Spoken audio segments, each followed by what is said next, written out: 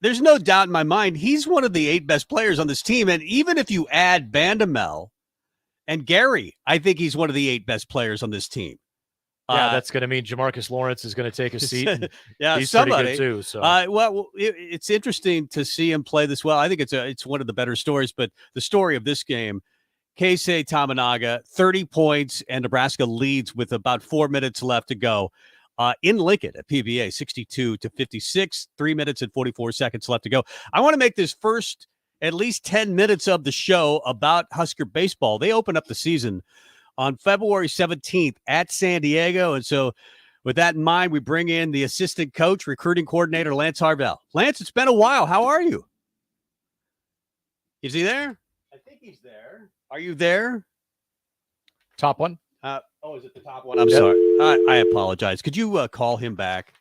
I thought the number is right there. I apologize to Lance. I probably screwed up somehow. Just obviously, I'm a technical wizard in here, and you've seen me go to work time and time again. But Lance, if you could call back, or we'll call you back, 464-5685 on the Honda of Lincoln hotline, the Sutter Heyman text line. Same number. I think I pushed the right button, but I apparently didn't. So Lance Harvell, Nebraska assistant baseball coach, will join us momentarily. This will be a nice win for Nebraska basketball today. This is a Keisei Tamanaga that I really, quite frankly, thought that we would see more often. This is as good as a guy can play. But let's get back into baseball. Lance is here. Lance Harvell, Nebraska assistant baseball coach and recruiting coordinator. Hi, Lance. How are you? I'm great. Good. I mean, after getting dropped like a bad habit, I'm back. I apologize. I have like problems with. I'm a survivor. You can't get rid of me. That's right. That's right. We're looking forward to some baseball. You guys travel to San Diego to kick off the season on February 17th. But to get to where Nebraska baseball is right now, you started with 46 guys in training camp. And now what? How are you down to the 39 needed now? We are just about there. Yeah. Couple moving pieces and things to be figured out. And most of it, with roster management and everything, it tends to kind of play itself out. And guys, work themselves into roles, and some guys maybe just need a little more time. And so you end up having those redshirt type guys, or unfortunately you end up having a couple injuries, and you never bank on that, but it just tends to happen. And so the numbers and the spots in the roster usually tends to work itself out. And I think we're at the point now where I think everybody kind of sees how it's going to shake out. So it's not like we're going to have a handful of really tough conversations leading up to the opener in San Diego. I think everybody is pretty well set on where they're at right now. Nebraska assistant coach Lance Harvell joining us here on the Husker Rewind. Coach, you've got, by my count this morning, 44 guys, and you said things are just going to work themselves out. You guys have done, I think, a masterful job, and it's something that's not public. You guys do this behind the scenes. It's none of anybody's business who's, being told that, hey, maybe you're redshirting, or maybe, you're not going to be a guy that's going to be playing as big of a role, et cetera. You guys do a masterful job of constructing a roster that gives you the ability to be as flexible as you are. The reason you have this many guys, though, is because you brought in several transfers, some guys that were pretty important to their teams they played for last year. Talk about some of the transfers and the guys that you think are going to make the biggest impact that Nebraska baseball fans maybe haven't heard of yet. Yeah, and again, I'll just go based on not knowing who's heard of who or what, but I'll just kind of go here in no particular order. But Jace Kaminska, coming in, I think he'll probably end up starting game 2 for us if we open. Him and Emmett Olson are kind of 1A and 1B. I mean, those are 2 frontline guys that they can pitch for anybody in the country. But he was a big transfer from Wichita State. He was their Friday night guy for 2 years in a row as a freshman and a sophomore. Freshman All-American a couple years ago, and he's as good as anybody in the country. The scouts are really high on him. We've had the last couple weeks here, a few weeks when we've had live at bats or scrimmages.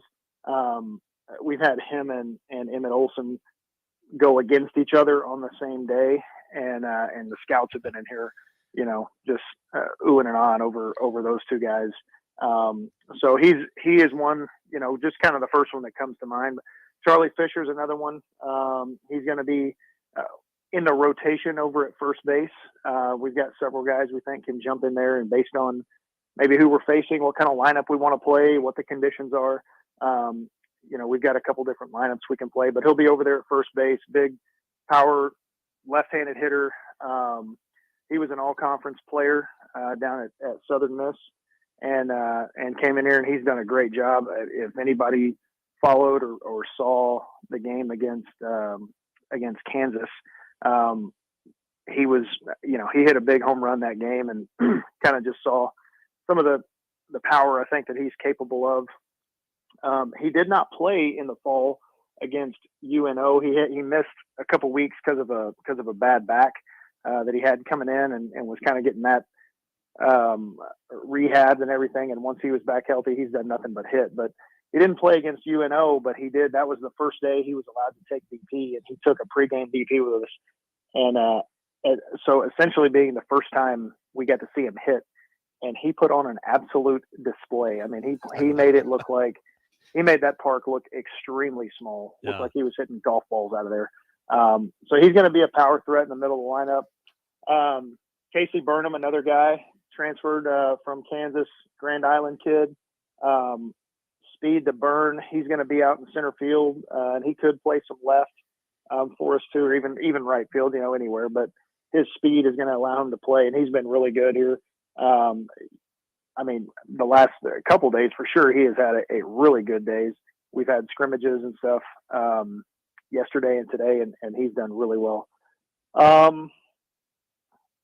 Michael Garza is another guy who is probably going to be a go-to guy out of the bullpen.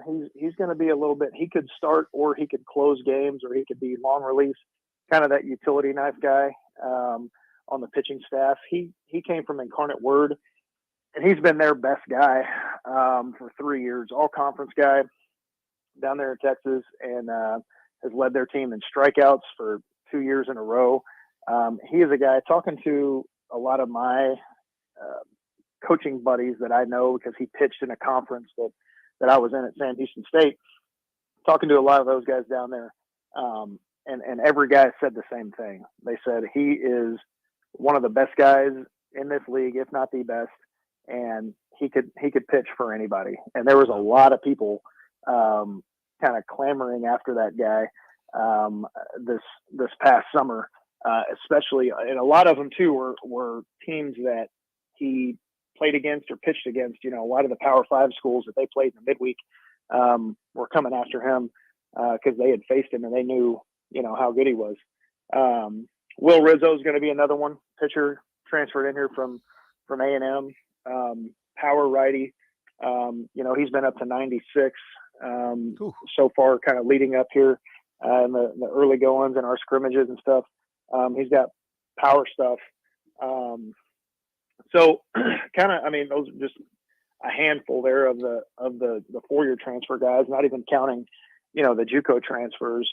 You got Cole Evans, you got Brett Sears, Ben Columbus behind the plate. There's just guys up and down. Blake Mosley is another one from Johnson County, who put up as good a numbers as junior college as you're going to find. The guy hit 30 doubles and 10 home runs last year, and he's another left-handed bat that we went out and got. And so I kind of feel like today, those guys, if we started today, you got to feel pretty good about who we can roll out there and the options we'd have. Like I said, we kind of feel like we can put a lineup out there to kind of match what we're facing or what kind of conditions there might be. If there's a 30-mile-an-hour wind blowing straight in, we've got a lineup that we can go skill and run, and we've got speed, up and down. If it's blowing out 30 miles an hour, we've got a lineup that it's going to be pretty potent, from the power side, up and down. So feel like we've got really good depth and really good personnel, and Well, same on the pitching staff. Nebraska assistant baseball coach Lance Harvell, our guest. Obviously, you struggled last year, and I don't think it was for a lack of talent, but maybe for a lack of inexperience on this team. That shouldn't be as much of a problem this year, as you mentioned. That all the guys from the transfer portal, and even the guys that were selected captains, those are the guys we do know. I mean, we know about Efrain Cervantes, we know about Griffin Everett, and we know about Kyle Perry and Bryce Matthews and Shea Shanneman. Do you feel like that part of it was the thing that maybe held you back, the experience part last year? Yeah, it was a kind of an odd dynamic that you don't see a whole lot on teams.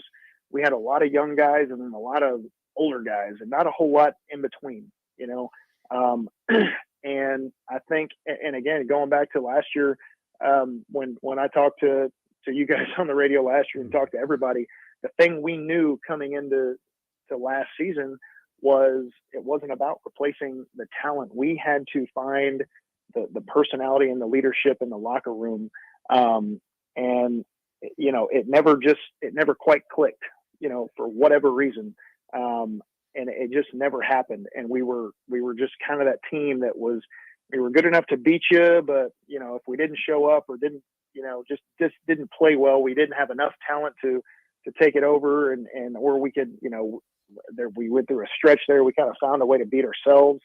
And yeah, it was a tough year. So moving into this year, that was another thing that we really noticed, you know, in the recruiting side. We were like, we have got to have guys that not only have gone out and put up numbers, they've done it, they've performed at this level, but guys that fit the personality, you know, of this program, what we want the culture to be, and guys that aren't, you know, afraid to kind of put themselves out there. And so that was big for us in the recruiting side, is, you know, and something just as simple, quite honestly, as when you talk to them on the phone, I mean, can they carry a conversation, you know, or is it just one-sided kind of a thing? And that was something that was like, hey man, I like this guy, but you know, he's a dud on the phone. You know, we need to move on. We can't have that guy, you know, playing center field for us or whatever, you know. And so those kind of things, you know, really were amplified because of last year, and something that we really harped on and kind of bared down on the recruiting side, because it's easy. I mean, it's easy to see talent that's going to stand out when you go sit at a game. You know, my mom could go sit at a game and tell you who the two best players on the field are, but kind of finding those hidden characteristics, right, with guys. And so we were really looking for that when we came together this fall and the school started. That was one thing we were really interested to see with this group and what we were putting an emphasis on. And for as many new guys as we had in that locker room, I have never seen a group come together and gel so quickly. Just the energy that our team has is just, it's different, you know. And I've told people, I don't know if it's going to translate into wins this spring or not. But I do know that every good team I've ever been a part of, every championship team I've ever been a part of, has had those characteristics. And it's a lot of just little things that you only know if you're around them every day. You know, if you're part of it, it's little things that you see, but they're huge. And we saw it last year when we didn't have it. We saw what came out of it. And this year, again, time will tell. But we've got the intangibles. You know, we've got the personality, the big personalities on the team that they don't clash. Everybody, this team has gotten really close really fast. You can tell they really like each other. They work hard. And when you have that, you have guys that enjoy being around each other. You know, as a coach, I love being around our team. They're fun to be around, because not just because they're a bunch of goofy guys, you know, that are funny, anything like that, but they love each other and they work hard, you know, and they are competitive as all get out. And when you combine a bunch of guys like that, you've got something special brewing. And so I'm pretty excited to, you know, for February 17th to roll around and roll these guys out there. I know the other coaches are too, because what we've seen so far, it's very positive. Lance Harvell, Nebraska assistant baseball coach, joining us here on the Husker Rewind. Quick score update for you. Nebraska 70, Penn State 63, 25.9 seconds left to go in the second half. Jamarcus Lawrence at the line for the Huskers. Coach, I want to ask, boys, make those freebies. Yep, and they are. They're knocking them down today. Yeah, it's kind of weird. I'm not sure. Maybe they changed out the water they're drinking. I'll tell you right now, the basketball team, those guys are fun to watch. They play hard. I mean, they lay it out there every time they go out. They play good defense, and I know they've had the injury bug a little bit, but I root for those guys hard. Yep. Anyway, go ahead. Sorry. No. I've got to ask you a question based on the fact that there's certain movies in everybody's life that is just kind of one of those movies. One of mine is the movie Major League, and what you described about the chemistry with the team, with all the new guys coming in, and just there's a different feel. There's something there that wasn't there last year, and it's one of those where one of my favorite lines from the movie is when Lou Brown is like, starting to come together, Pepper, starting to come together. At what point? It's way too early. You guys haven't thrown a pitch yet, so you can't do it. But does that happen actually? Maybe not that line, but is there a point where you look at Coach Bolt, like maybe 2 years ago, and you just have that look like, yeah, we got a team? Well, it's funny you bring that up because just this past week, Trev Alberts was walking through the locker room, and I came strutting out because we didn't have any hot water, and I was like, "Hey, Trev, I'm tired of this nickel and dime stuff." I'm guessing you didn't say I'm going to get the B on the phone, though. No, I didn't say that. No, I didn't say that. But Griffin Everett was standing right there, curling an Olympic barbell with 45s on each side. So, there are some similarities, and it's funny you bring that up. Nice, that's awesome. No, hey, I've told this story, and yes, you're dead on, because like I said, like that kind of stuff, you know it when you see it, and it's just little stuff that if you tell somebody else, they're like, what? Like, okay, like what does that mean? But when you know it and you're around these guys every day, and you know it when you have it and you know it when you don't, one of the things, this was probably the second or third week of the fall. Okay, so again, we've got 20 something new guys in here. It's like, half the team is back and half the team is brand new guys. We haven't done anything the first week except they've had meetings with compliance and academics and all this stuff. We haven't done anything in baseball. And then, we've maybe had 1 week and a half or something like that where we're doing baseball activity. So we haven't really done a whole lot together yet. But we've kind of seen some things. We're like, hey, man, they got, they're back there, sound like they're in the locker room and music's bumping back there, so that's a good sign. Well, I'm walking through the locker room one day, and it's totally empty. Nobody's in there. And we've got 4 just kind of lounge chairs, recliners, whatever, that are in there, and there's a little coffee table or whatever. And the whole time I've been here, those chairs, they've been moved around by the guys. Sometimes they're in a line facing the TV or just kind of whatever. And I'm walking through, and I just stop dead in my tracks, and I turn and I notice, and I would have walked past this maybe 100 times, before, never given any thought. But I stop and I turn and look, and the guys have rearranged the chairs to where they're just in like a clover, they're in a square, all facing each other. They've got the coffee table. They've moved that to where it's sitting in the middle, and it's just like a conversation area, and I'm sitting there going, there's TVs all around this place.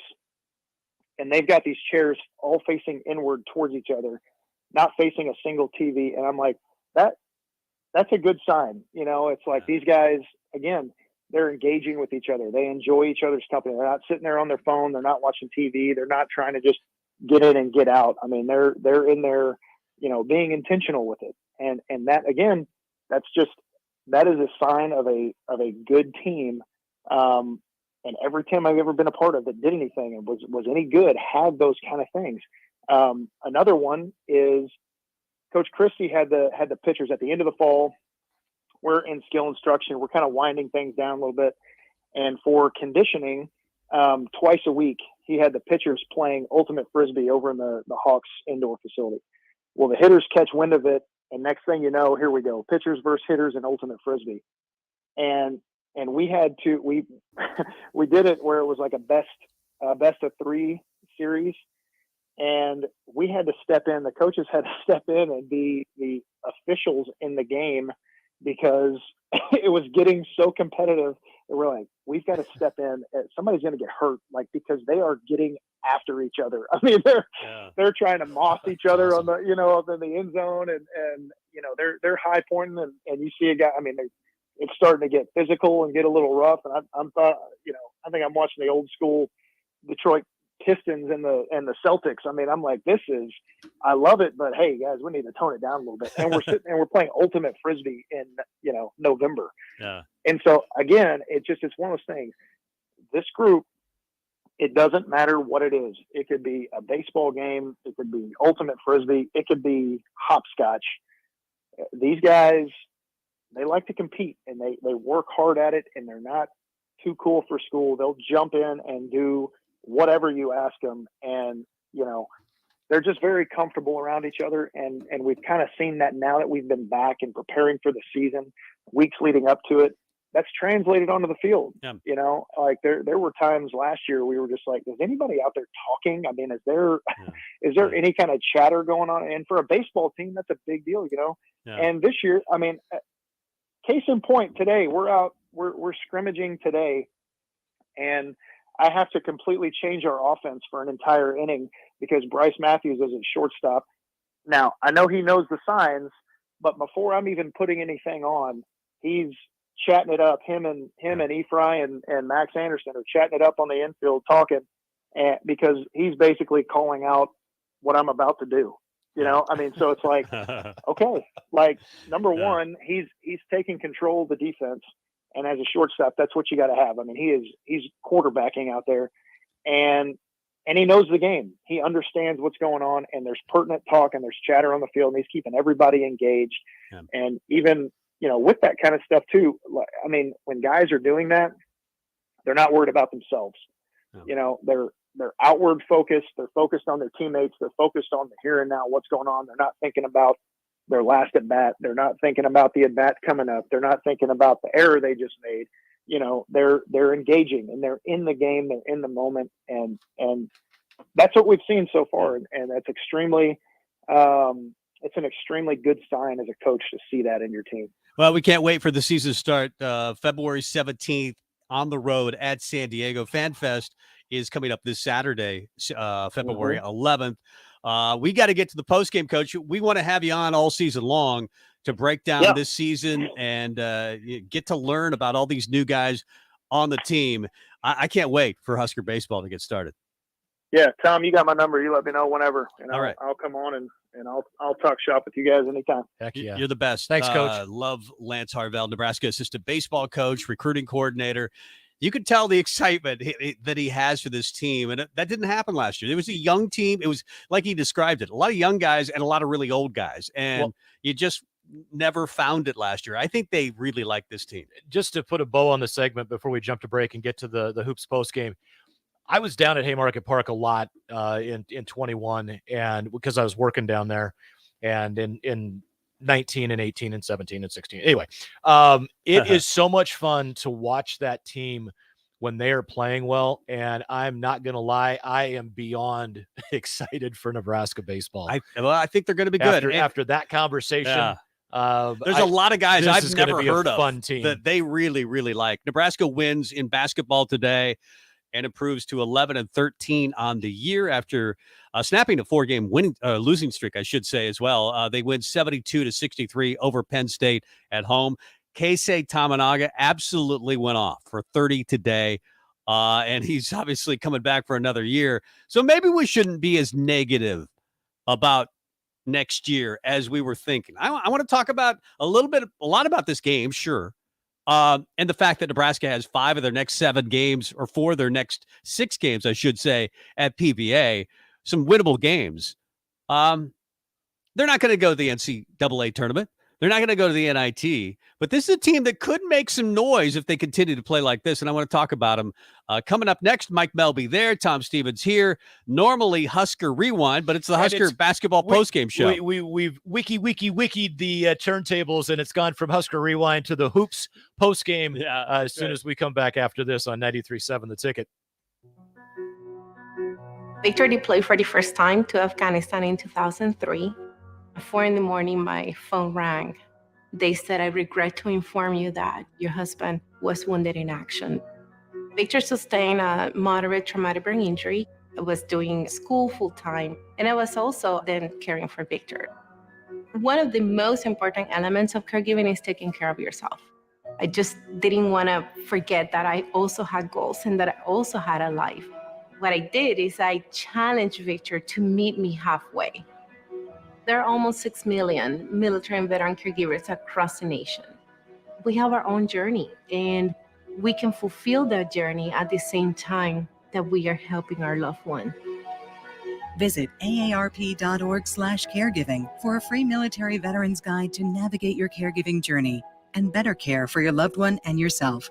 Brought to you by AARP and the Ad Council. I grew up hearing that women are bad with money. But like many of you, I spent years paying bills, managing checking accounts, and taking care of my family. So turns out women are pretty good with money after all. And now I'm taking control of my financial future by saving for retirement. It's never too late to start, and there's a great website to help you. Check out WeSaySaveIt.org and jumpstart your retirement savings on your budget and your timeline. That's WeSaySaveIt.org. Brought to you by AARP and the Ad Council. Are you a veteran looking for a new companion animal? A dog, a cat, or maybe something else?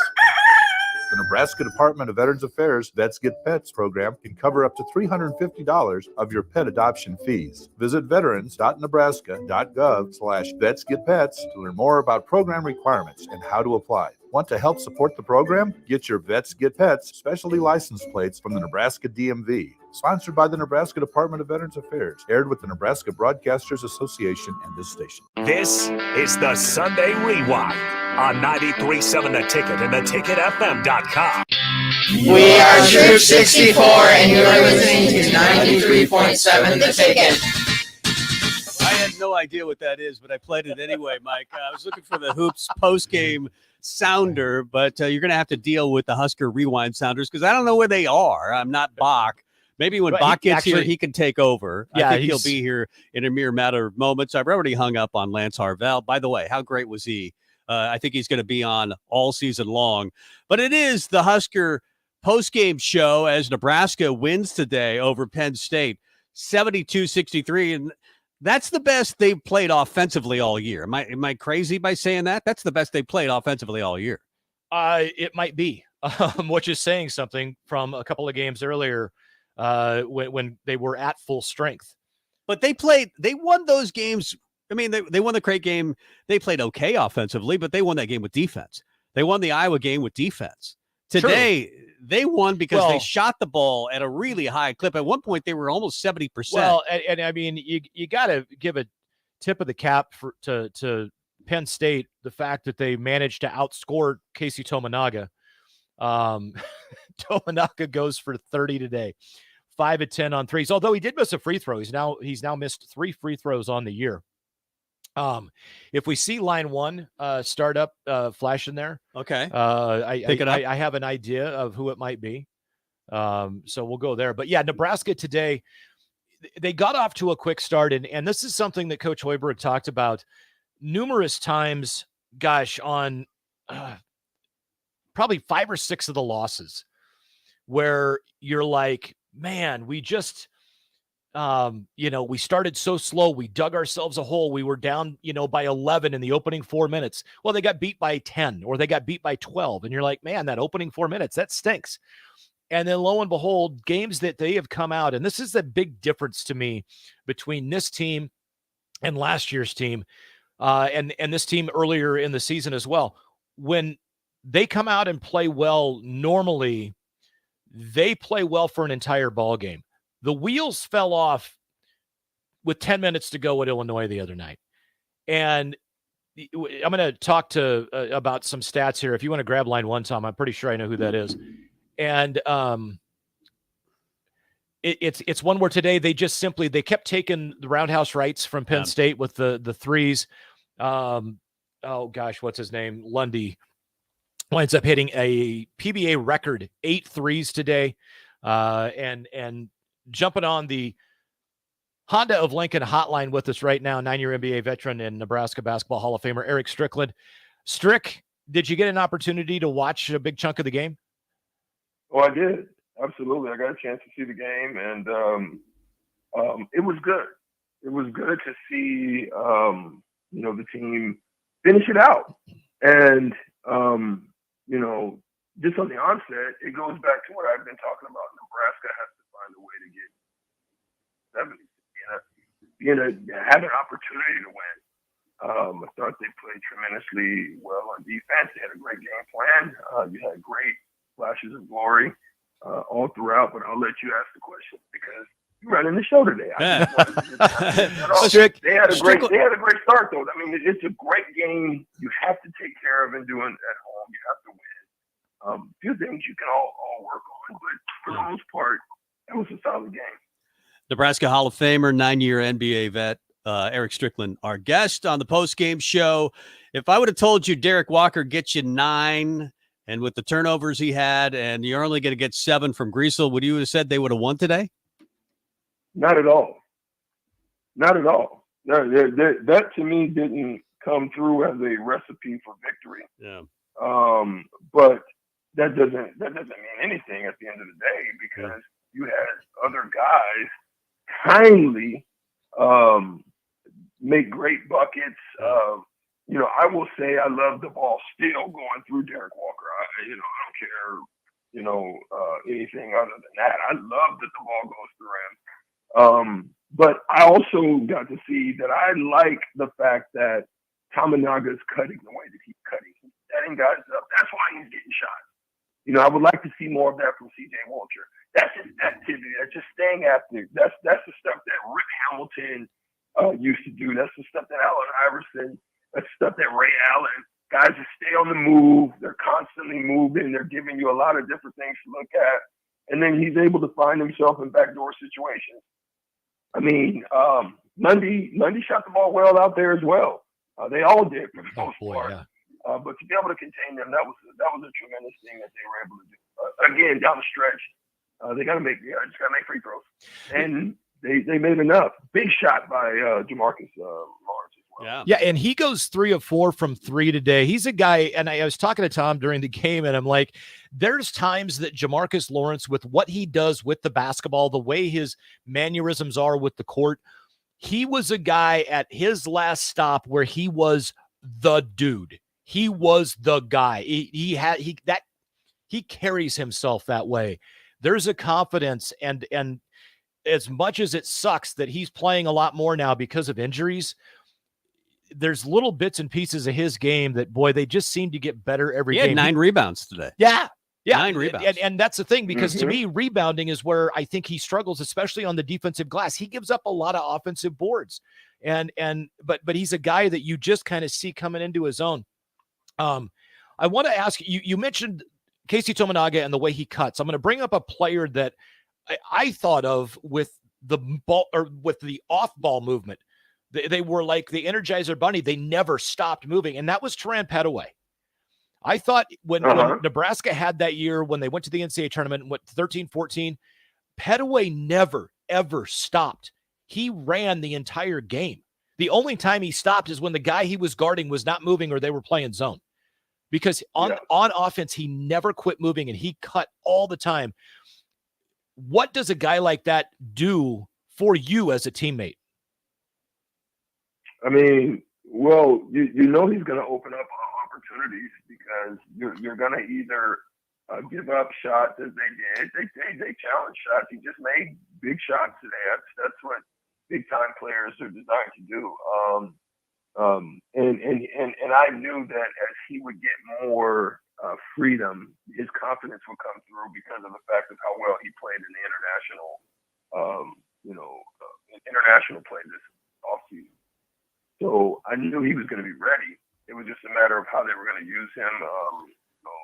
Just him staying disciplined and taking solid shots, and I thought he did that for the most part. even the shots that he did take, I could see with the way that he was shooting the ball that you could take those type of shots. I love. One of the things that I do say, I will say that I love is I love that there were some fast break opportunities. You know, there were a couple missed, and they were secondary breaks. It wasn't just breakouts, and it wasn't things like that, but it was secondary type action where they pushed. They actually pushed and they probed for an opportunity, and I think they found Jamarcus one time. Got a drive. I absolutely love Hoiberg. Hoiberg gives me a little twinkle in my eye that he can do some of the stuff that Tamanaga does in the way that he cuts. And so that's big. I love that he keeps. That's great minutes out of him. 20 minutes tonight out of him. 7 points. That's stuff you don't look at or consider or think that you're going to get. But yes, Greasel and Derek Walker not getting into double figures. There's no way that I love this. Well, and they, neither one of them forced it, and they were still, as you said, able to play through Derek Walker. He still affects the game, even when he only gets 9 points. You said something about Hoiberg that I thought the same thing. It almost feels like here's a guy who doesn't miss free throws. He's smart. He makes the right decision on the floor, and if you give him an open shot, he's probably going to make it. He feels like a dude as a walk-on that can play in this league. How come his own dad couldn't figure that out till half the season? Well, it comes with youth and it comes with size. When you look at the Big Ten. There's some size differentials, right? Guys like Pickett are phenomenal, but the thing that you can't chart, there's the thing that you can't record or look at on any stat sheet heart, and that's what he has. He has a tremendously big heart. And he's going to stick his nose in there. You see, he got the big foul with Pickett going over his back. He put his body in there, battled a little bit, got in a little kind of, little mini scrum. And you could tell that he's all with the smoke. And I love that because that's what's going to allow you that you don't have the size. You may not have the quickness, but you're willing. He reminds me a lot, if you guys remember, of Tom Wall. Yeah. Oh, yeah. Oh, yeah. I still remember the 3 free throws he made to beat Michigan State at the end of the game. Tom Wall could shoot. Yeah. Tom was he outworked everybody in the weight room. He was a solid guy. He wasn't going to make a lot of mistakes. He didn't let open look. That's what he reminds me of a lot. Just a little bit younger. Whereas Tom was more seasoned, had a lot more playing time, but. This is what's good for them in this stretch is that they're getting a lot of playing time from guys that probably wouldn't have got it if there wouldn't have been injuries. And so I love that for them going forward. I love this. I love them for them going forward. I don't know how well they'll be able to finish off Hunter Dickinson with nuts tonight. They're going to face him. He's a big, strong body. He gave Zach Edey all that he can handle. So they're going to have to go in there and see what they can do. Yeah, and I wanted to ask you, Strick, before we let you go on the schedule upcoming at Michigan on Wednesday is going to be a tough game. 5:30 tip here Central Time. But then they've got Wisconsin at home next Saturday. Wisconsin is they seem discombobulated right now. Yeah. At Rutgers, it's going to be a rock fight. You just know it is. And then you've got Maryland at home. It's at home. And home cooking has just been it's been a little tastier for the Huskers this year. You got Minnesota at home and you got Michigan State at home. And to me, those 4 of the next 5 or 4 of the next 6 are at home. With that Rutgers and Michigan, the other 2 on the road. Wisconsin, Maryland, Minnesota, Michigan State, even with the injuries, even with the lineup that they've got, like those seem winnable after watching today's game. Whereas a week ago today, I didn't really think there was a winnable game on there outside of possibly Minnesota. Am I drinking too much of something, or is that a belief that you can kind of hang your hat on? They have a legit shot to win 4 of their next 6. I would say I looked at it from that standpoint, and I would say they're able to get Wisconsin.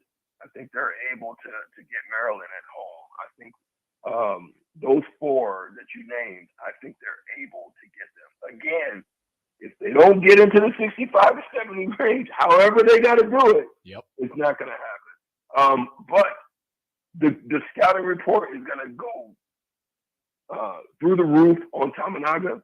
They're going to start trying to, figure him out, scheme him a little bit, maybe figure out who they're going to put on him to guard. They're going to probably get a real good defender on him. Now, be on the lookout for hopefully Greasel and Derek Walker. The problem with those two is Greasel is not overly confident from range right now.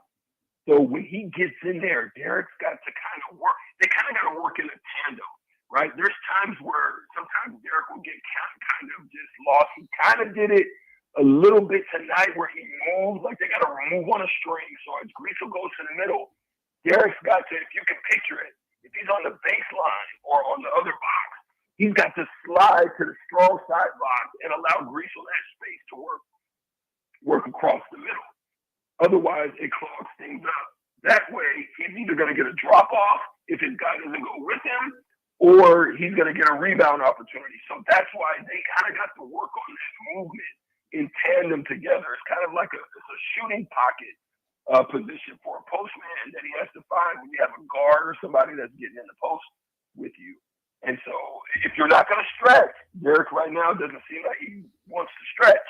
So then he's got to find shooting pockets and present himself with angles to allow himself to either get out the way or to get a pass or rebound. 9-year NBA vet Eric Strickland, Nebraska Hall of Famer, host of On the Block, and great takes. We love it. It's nice. It's actually nicer to talk after a win, I think, than, it really is. than all the four straight losses. There is something there.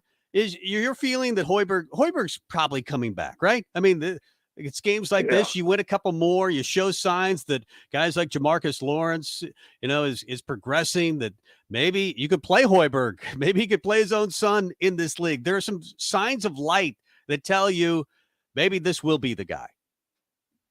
Yeah, that's the part that I have a little bit more confidence about. Is when I just look at it. One, he changed the whole culture, gentlemen, in 1 year. I mean, you're talking about 130 in defensive efficiency to up to 35 or 20 or something. I think it's 35 maybe. You're talking about a huge jump, a 10-point differential in holding your opponents down. So you're looking at great trends there, right? Then you don't have all your pieces. You're hopefully going to be able to get Juwan Gary back fully and healthy. You're going to look at Ramel Lloyd coming in to fill in for Vanderbilt's exit and Griesel's exit. Jamarcus is getting great seasoning. He'll be more confident next year. You've got Tamanaga back with sky-high confidence. And then you just got to work on Brian Bond. You got to work on him. You got to work on Keita. You got to figure out a way for them to be successful. Keita, I think, has to get lower body strength in his hips, and better footwork. Brian Bond got to get a little bit lower center of gravity. I talked to you guys about this. I think if I'm the coaching staff, I'm making him watch Drew Timme tape. Like, he needs to become Drew Timme for me. If I'm the Huskers. Yeah. And he plays too straight up on his drives, on his counter moves. He's very straight up, so he gets bumped off and loses balance a lot, right? So I'm getting Drew Timme tape for him. So you've got some pieces there, guys, to really work off of. So I do think that he could sell coming back. I mean, there's a way for him to have a conversation about that. Yeah. Eric Strickland joining us here on the Hoops postgame show. Strick, do you want to stick around or do you want us to let you go? It makes no difference. We got to jump to a break real quick. Totally up to you. Yeah, I mean, I can hang. I'm good. If you guys want me to hang another segment. Yeah, absolutely. I gave you some good stuff. It was great stuff. I mean, there's not really much I can do. You guys are great at what you do. I'm going to let you guys take it. Y'all take it. Okay. We'll take it. Thanks for being on, Strick. We'll talk to you again next week, maybe. All righty. All right. Okay. Take care. We'll definitely have him on, whether it's this show. I don't know what to call this. It is the Husker basketball postgame show. Yeah, this is the but it's also right in the middle of our time for Husker Rewind. So I'm a little confused, but it's working out great. And it's always good to have the Hall of Famer on, Eric Strickland. Just, so you're sitting there driving around Lincoln on a Sunday afternoon, and you turn on the radio and you hear 20, 25 minutes of Nebraska assistant baseball coach Lance Harvell talk Nebraska baseball with the Yeah. season coming up in 2 weeks. And then you spend 20 minutes listening to one of the best players ever to play here, a 9-year NBA vet, Husker Hall of Famer Eric Strickland, break down a win and talk about the team moving forward. Yeah. That's a good It's a 40 good plus start. minutes of It's radio, a folks. very good. We should do this on a regular basis. I In think fact, so. I think we do every Sunday from 5 until 7. I see Bach is in the house, so he could Yeah. talk a little Husker hoops with us, and we'll do it. It's the Husker Hoops postgame show. We'll continue with more after this. Tractor Supply is looking for full-time team members for their Waverly Distribution Center. Tractor Supply has a new progressive pay model where team members receive 5 wage increases in the first 2 years of employment with the ability to earn up to $24 per hour. Applicants can expect a 3- and 4-day work week schedule with additional overtime days with both day and night shift schedules available. At Tractor Supply, they work hard, have fun, and make money. Apply today at tractorsupply.jobs. The Ticket Water Cooler. What should the expectation be for a team that's gutting half of it, and you're replacing it with guys obviously that you like long term and some short term that you think can help right away? But this is a roster flipping. This is something that you would do if you're thinking about 3 or 4 years down the line, and they're building the program, not building the 2023 season. I would say you'll hopefully see improvement on all 3 sides of the ball, because you're going to have so many new faces, new names, new numbers. It's going to be really fun. Start your Sundays off right with Jeff and Nicole Essink on Fitness Fanatics. Jeff and Nicole discuss health and wellness, how to achieve fitness goals, and more through the life of gym owners and gym goers. It's Fitness Fanatics from 9 to 11 a.m. on Sundays on 93.7 The Ticket and theticketfm.com. Alexa, play 93.7 The Ticket. Okay, playing 93.7 The Ticket. Alexa, turn down the lights. Dimming the lights. Alexa, order a pizza, the big one, all the toppings. Are you sure that's a good idea? Alexa. That's a lot of pizza for just one man. Alexa, just do it. Stop judging me, just do it. As you wish. Thanks, Alexa. You're my best friend. Welcome into the Tickets Basketball Postgame Show, featuring Derek Pearson and former Husker and 9-year NBA vet, Eric Strickland. Strickland for 3! You're going to go out of here as the Big 8 tournament champion. On 93.7 The Ticket and theticketfm.com. It is the Hoops postgame show. My name is Mike Melby. That right there is Jake Bachhoven. Mm-hmm. That's right. And the man driving the boat right now, Mr. Tom Stevens. Huskers pick up a 72-63 win at PBA this afternoon over the Penn State Nittany Lions. If Tom, you asked Strick this in the last segment. If I would have told you Walker has 9, Griesel has 7, Walker has 4 turnovers, would Nebraska win? The answer obviously would have been no. I'm going to throw out, if I would have told you that combined Seth Lundy and Andrew Funk wind up going 12 of 21 from 3, and Penn State shoots 37% from 3, does Nebraska win by 9? You would have laughed hysterically. Yeah, that's the best I've seen Nebraska play offensively all season long. And obviously it makes it a little easier when Keisei Tamanaga is making shots from the H. By the way, right. that guy, when he gets hot and he starts feeling it, he's just obviously more comfortable this year. But they've found a rhythm, and especially since he has been a guy that's had to play more and more because of the injuries to Bandamel and Gary. Today he started. He was sitting on the bench. Along with that question, how ironic would it be if Sam Hoiberg is the one that saves his dad's job? Oh, it's kind of funny because let's be honest, they're missing that edge that Juwan Gary brought. Yeah. And that cutting ability that Strick alluded to last segment, where he just, and Tominaga is getting so much better at it, even though he was already pretty good. Yeah. But man, Sam is just he just doesn't stop moving on the offensive side. And it gives you another guy that won't miss free throws. I mean, if you're going to foul late in the clock, you're going to get Jamarcus Lawrence, who makes them. Wilcher will probably make them, if he's in there in that situation. Tominaga is making them all. And now Hoiberg. You've got guys that, like, you were comfortable if you fouled Juwan Gary. there was a good chance he wasn't going to make it. In some cases, Bandamel, Greasel are that way. Walker is certainly that way. You're getting more guys that in this league where Nebraska is the worst free throw shooting team in the world, I think next to Minnesota. That makes you feel better, at least about the offensive input. You're removing a ton of defense with Gary and Bandamel, but you've gained something with the addition of Lawrence and Sam Hoiberg, I think. Yeah, it's interesting. Hoiberg led Nebraska in minutes off the bench tonight, so you wonder if he can become that guy. I think starting him is a little bit of a stretch, but I mean, whatever, your rotations can work out. Didn't start today, but did last time out, but then quickly kind of phased into kind of a backup type role. He didn't play starters minutes when he did start. It might be somewhat of a game by game basis with him. He's just, you could tell the size difference. I mean, even, Penn State was kind of backing him and Pickett started backing him in the post. So, I mean, there are going to be teams that take advantage of him defensively, but offensively, like you said, he's kind of got the, you don't feel bad with him taking a shot, even really late in the shot clock, to be honest with you. He can find his shot if he's kind of getting to a layup type of opportunity, or if he's got an open three, he can take it. So, it's cool to see him kind of develop. Lawrence now is kind of to the point that you feel like he's a real starter, right? I mean, he's been, I think they said he started the last 6 games, but always, at first it just kind of feels like, okay, that's by name. They need a guy to fill in there.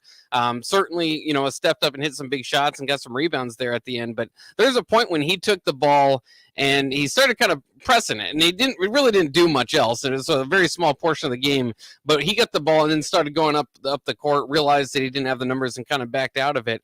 But I just thought, that's progression, because if you see him do that early in the season, you think freshman mistake. Now when you see it, it's kind of funny. You go, well, he's got the confidence. It feels like he's out there. Well, and I know the play you're talking about where he literally got the ball across the timeline that was kind of getting close to they had a couple seconds, and he wanted to make sure he wasn't going to get trapped. And so he splits the D and he kind of weaves his way through other defenders and is like, whoa, okay, no, we're good. Yeah. And the way he tossed the ball almost just out in front of himself to get away from the last guy.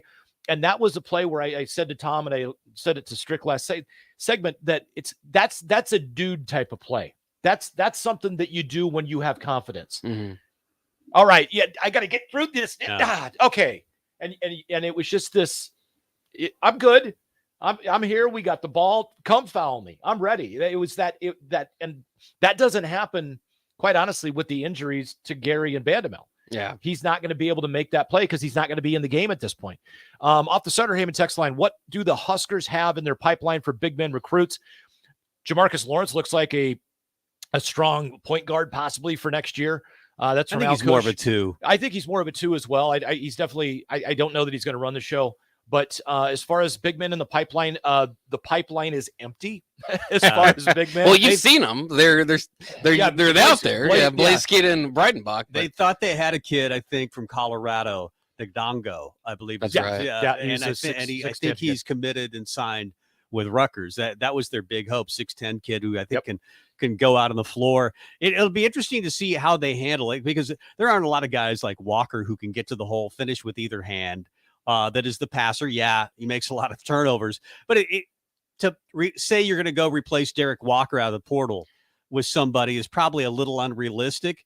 I'd like to see a better version of what Wilhelm Breidenbach gives you. Yeah. A guy that I could, I know he takes a lot of them, but he doesn't make a lot of them. So if you could get, or maybe it's just Breidenbach proven that he can, turn the corner. But right now he looks a little clumsy sometimes. Yeah. And I think Strick has mentioned it to you on the postgame show. It's easy to knock him off and get him off balance. Yeah. You can guard him, and he doesn't always have the best base. And maybe that's something he can improve in the weight room, but he hasn't played like a top 100 recruit. I mean, to be honest with you. No, he hasn't. A lot of those guys don't always turn out, Yeah. but you obviously you hope to keep working with Breidenbach. That is one thing that's kind of, I know I heard the tail end of that discussion, which inevitably always turns to what does it mean for Hoiberg's job, is, the team next year. That is the whole. So I can understand the question, what do they have coming up the pipeline? It would likely probably be at this point, I mean, I just don't think you would trust either their bigs in being playing that starting role, Keita or Breidenbach, unless they can, make those strides in the offseason. So there's going to have to be work done in the transfer portal to really kind of complete that team. But you're starting to see it the younger guys. And I think that's the case almost with every team. I don't think that's a huge knock against Nebraska. I wouldn't say every team, but most teams. I mean, in a lot of these teams in the Big Ten are really good at grabbing guys out of the portal. Tim Miles, for all his failures at Nebraska, really good at identifying guys and getting them out of the portal. They didn't always stay for all that long, but he did get them. So, I mean, I think that, you can't just look at this roster and minus the top guys and say, well, I don't think that team's very good, but it has some pieces that you can work with. It does. It definitely does. Off the Starter Heyman text line, Byron says, is this the first time ever that a coach's kid should have been playing while he was on the bench? And Tom, that's your point. I really think he's a guy, he can handle it well. He makes shots. He's just got a savvy to him. There was a point where he did the reverse layup. You could use the rim to protect himself. Otherwise, he's going to get swatted. He just knows. He's a guy that knows how to play basketball. And again, you can't foul him late in games because he's got that Hoiberg shot. I mean, he can make shots. It just feels like this is not just a guy that you put in because it's been an emergency for Nebraska basketball. He looks like a guy that could play in this league and help you. And that's the funny thing is the one knock that I've heard from some fans, some columnists that I've read, it's year 4. You should have depth. Well, guess what? You've got depth at the 2, essentially, even though Sam kind of plays the 1. It's a little it's almost the 5 out when he's in, when they run that small of a lineup, but like that's depth. He's a guy that's giving you quality. He's 20-plus minutes tonight. He's giving you quality minutes off the bench, 7 points, makes his free throws during crunch time. I know we're up against it on the top of the hour here on the Hoops postgame show on 93.7 The Ticket. That's Tom Stevens. That's Jake Bachhope, and I'm Mike Melby. When we come back after the top of the hour, I'm going to throw some stats out to you guys, and they're kind of alarming, and they're almost unbelievable. And you've got to figure – a week ago, I wasn't sure we would win another game. I just wasn't. Right now, I just told Strick there's 4 home games coming up that I don't know that we're going to win, but I at least think we could. Whereas, after a week ago, I was like, man, I just don't know.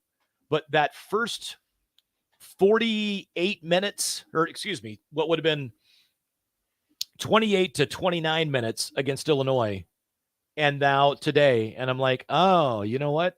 I think they're figuring some stuff out. They've got some winnable, as you mentioned. Michigan's not a great basketball team. They have great talent. They're on a roll, though. They are rolling. Yeah. But let's face it, the Big Ten, outside of Purdue, the number 1 ranked team in the country, who got beat today, this is not a great conference. This is a very gettable conference. And I know the strength of schedule is really good for Nebraska basketball, but this felt like a year that had you stayed healthy, you could have made some hay. Would have been enough to get to the NCAA tournament. There's like 6 teams that are on the bubble from the Big Ten, and Penn State didn't help themselves today. A lot of good, not great in the Big Ten. I mean, I still think that most nights you're going out there and fighting. Ohio State's falling off. Minnesota kind of is what he is. So there's the bottom of the conference there. But, I think for the most part, you're still getting Penn State, that's a good win. I want Nebraska fans to understand that. I know that they're not, Shrewsbury's just got them going. That's a team that came in today first in assist to turnover ratio. It's a lot of 3-point shooters. That was an entertaining game because they like to hoist up threes. But that was a good win. So I think there's like you guys said, maybe it's Maryland at home. They've already proven they could beat Iowa. There's no ranked teams left on the schedule. So, I mean, you got to feel like you got a pretty good shot. And a few of them, the question is can you do that when Tamanaga doesn't go off? And how much is Tamanaga going to be a focal point of your offense moving forward? Because I don't care if he's hitting 11 or he's hitting 3 of them. I want him shooting 12 shots at least a game. And there are games where he disappears because teams just take him away. Yeah. And I think good coaches will do that. There are a lot of good coaches in this league. They'll find a way to take him away, and other guys have to step up. But I do want to have the conversation. Tom Chattel wrote a pretty scathing article about Nebraska basketball today. I want to react to it maybe on this show. I also want to talk about, the schedule. You brought up the schedule. How many more games can Nebraska win? How much better could they get from now until the end of the year?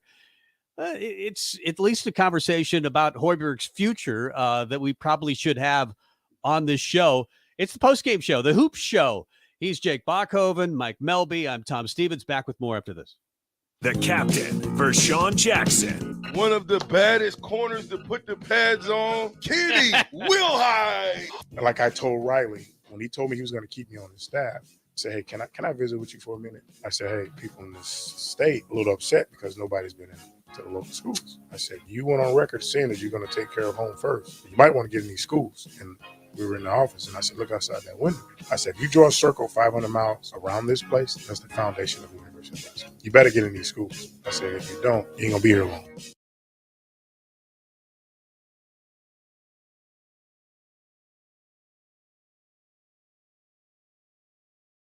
Tractor Supply is looking for full-time team members for their Waverly Distribution Center. Tractor Supply has a new progressive pay model where team members receive 5 wage increases in the first 2 years of employment with the ability to earn up to $24 per hour. Applicants can expect a 3- and 4-day work week schedule with additional overtime days with both day and night shift schedules available.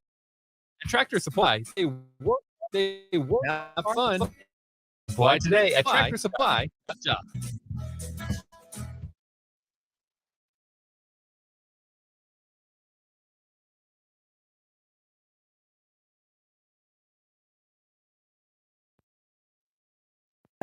I decided to always keep it on me after my friend almost died. It saved his life. I'm so sorry.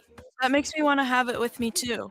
You totally should. Check the pharmacy. It was actually really easy to get and it's easy to use. I definitely will. Thanks. Paid for by the CDC. Sponsored by Nebraska DHHS.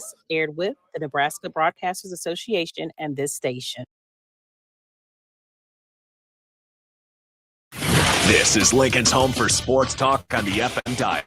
Also online at theticketfm.com. On the internet. KNTK FM Firth, 93.7 The Ticket. Back to the Tickets basketball postgame show. Featuring Pearson and former Husker and 9-year NBA vet, Eric Strickland on 93.7 The Ticket and theticketfm.com.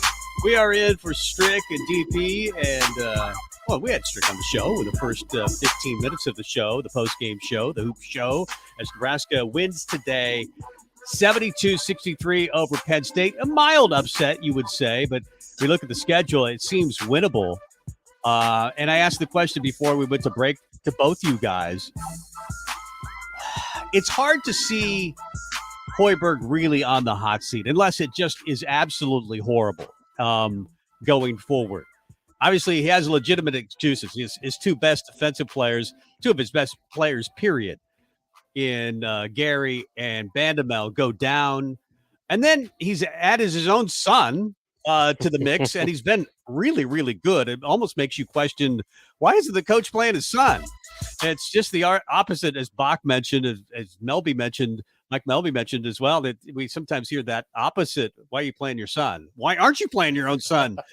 Should have been the question, because I feel like he could have really added something to this team all season long. But sometimes, he's a freshman. I get it. He's still very young, but he's a guy that he looks like he's been playing basketball better than some guys who are in their 6th year of college. He looks like the guy that plays pickup that's in his mid-40s that schools the 20-year-olds because he's just smarter than they are at the game. He just makes the right play all the time.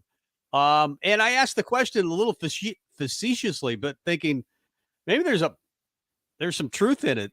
Sam Hoiberg has the potential to save his dad's job. Well, it's a young piece that's looking good off the bench again. I mean, he could, with Tamanaga starting, if they move him in the starting lineup, and I mean, he could become that 6th man, which is kind of strange to say, but there are some other scholarship players. Wilcher, Breidenbach struggling a little bit, so I mean, it kind of opened the door for him to do so. I'm just fascinated by the rest of the season. I'm glad that Nebraska made it fascinating. They had to tonight, because I think a lot of it with Hoiberg is just going to depend on kind of where you sit and what you want in your program. But I'll tell you this, for me, it was kind of getting a little bit close to this isn't comfortable, because a lot of double-digit losses. I understand the the injuries, so you kind of have that. But again, it's kind of what did you ask for? What do you want in this program? If you ask for a little bit of an improvement and to kind of change the way they played basketball, they did that. But is 11 wins enough? Is 13 wins enough? How much does the injuries kind of play into it? So, I mean, I think there's still a possibility it can get interesting down the stretch, because as much as we say there's some winnable games left, I'm still kind of in the camp, even though they played really well today, that it's probably one of 2 or 3 that are left in the season. Yeah, well, I'd say don't get blown out. Don't let it Right. get ugly, and it hasn't gotten ugly. I mean, they played pretty well against Illinois the other night, but they didn't have a Tamanaga type performance. They were on the road, and let's face it, they just didn't play well enough in the second half to win that game. They turned into a turnover fest. I mean, they had 6 turnovers in the first half, and they had 5 turnovers in the opening 5 possessions of the second half. I'm going to throw a stat out to you guys that just it's frustrating. Derek Walker has appeared in 19 games for the Nebraska Cornhuskers this year. In those games, Nebraska's turned the ball over 250 times, including today. Of those, 69 of the 250 turnovers are Derek Walker. 27.6% of Nebraska's turnovers in the games he's played in this year have been Derek Walker. For a guy that is as big of a piece of glue as he is for that team, and as well as he passes the ball, that's got to get better. And I get it. He's a 6th-year guy. He's only got 8 games left in his college career. But at the end of the day, they've got to work with him to figure out how to cut the turnovers down. And I think part of it is Nebraska just doesn't have a point guard. Griesel's not a true point guard, so they have to run everything up as a point center through Derek Walker. And that, let's face it, there are very few teams in college basketball that run an offense that looks anything like Nebraska, where you run it through your 5. Yeah. That can't shoot, by the way. That can't so shoot. You put him at the top of the key and he won't shoot it there. Yeah, so you would think he would be really easy to defend, and yet he isn't, because he's a guy that can finish with either hand. And if you try to double him, he'll find your man that you just left, the guy that you were guarding, and usually he can make a good pass. He can also make some really bad plays. And as you mentioned, 27% of the turnovers are caused by Derek Walker. I think a lot of it is he must get frustrated knowing that he doesn't have a ton of help. It makes it a lot easier when he can score 9 points and Tamanaga picks him up with 30. Yeah, and the thing is, like, it's not his passing is next level for a big. He had 7 assists today. I mean, he finds guys. His vision is brilliant. And it's just those little things, the trying to do a little extra, the dribbling the ball off your knee. It seems like invariably every game there's a travel. And it's a travel like, why did you shuffle your feet?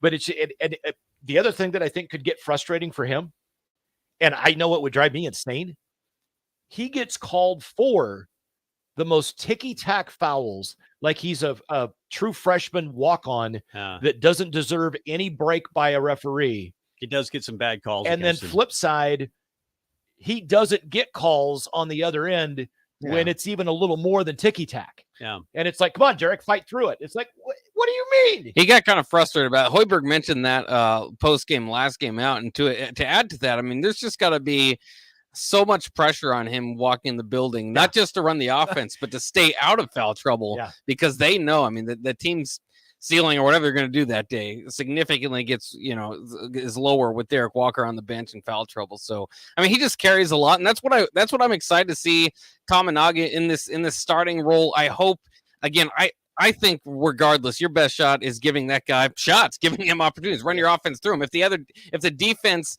is going to adjust to take him away, maybe that opens it up for your other guys. But Derek Walker, Sam Griesel, these guys on certain nights feels like are carrying so much of that load that if Tamanaga can be that third piece consistently, not, there's been games during this stretch, had 3 shots, 6 shots. Even that's not enough for me. I mean, Tamanaga is clearly, he's a guy that can go off for 30. How many guys on your team do I'm not saying think can go off for 30. He has done it now. And he can kind of get his own shot. He's one of the few guys that can kind of, he's creative enough with the dribble that if you come out and over guard him, he'll go around you. And he's got some crafty shots at the rim as well. It's 3 of his threes today just made me laugh at how do you defend that? He fakes the 3, dude is right in his face. He steps one sidestep to the right, still gets the shot off with the guy in position to make a play. Dude doesn't make a play, splash. Another one where he goes up, loses the ball on his own, doesn't get knocked out of his hands, grabs it, resets, shoots, nails it. And then, of course, the one from, like, he had his heels on the shadow of the state outline at center court. Yeah. And he's like, you're going to leave me open from 37 feet? Yeah, Yeah. you're dumb. Boom. Well, it's crazy to me too when I play pickup ball. You play a few games, and it's always just crazy to me because maybe I'll go 0 for 4 the first game, 1 for 3 the second game, and 4 or 5 the last game. And then I think to like nights like this, where even like CJ Wilcher, it's like he misses 3 threes, and it's like, it's not his night. Take him out. That's the level of pressure that is on these guys to hit these shots if they're going to be part of the game plan. And Tominaga is kind of the same way, where it's like if he's just misses 3 threes, well, he's just getting warmed up. That's fine. Shoot more. At some point, he's gonna, and he's a streaky guy. It's not like he'll probably eventually hit one. He'll probably eventually hit 2 or 3, or at least 2 in a layup. Pretty soon, because he can get going. We mentioned the article from Tom Chattel earlier today regarding the Nebraska basketball program. It felt like he thinks that Nebraska, and this has been criticism for a long time, whether you're talking about the NIL, not being willing to open up their checkbooks, or not getting a guy like Keontae Johnson, who they thought they had coming to Nebraska. So he attacked Nebraska's ability to attract players because they haven't taken it seriously enough via NIL. He attacked Nebraska's interest in winning in basketball. That's something that they don't really care. They'll just they'll go get Matt Rule and pay him $9 million, and the coaching staff $7 million. But Nebraska basketball, we lucked into Hoiberg, and we all thought he was a home run hire, but Nebraska doesn't really care. Outside of Hoiberg, they wouldn't have paid anybody more than what Tim Miles make, $2.5 million, $3 million, whatever it was, at the most. Do you buy that argument that Nebraska just hasn't taken basketball seriously enough? Tom Chattel says they need to go back and hire an AD for basketball. But increase the money in NIL spending. The thing is, they had essentially an AD in basketball in Mark Boehm for the better part of 20 years, and the program was abysmal. And going back to old Omaha World Herald writer Lee Barfnick, he wrote a scathing article about Mark Boehm. And it literally hung the 20 years of futility of Nebraska basketball around his neck. I didn't. Didn't. I didn't. I kind of agree with him. Yeah. I'm just saying. Well, the only constant was him. Yeah. And failure.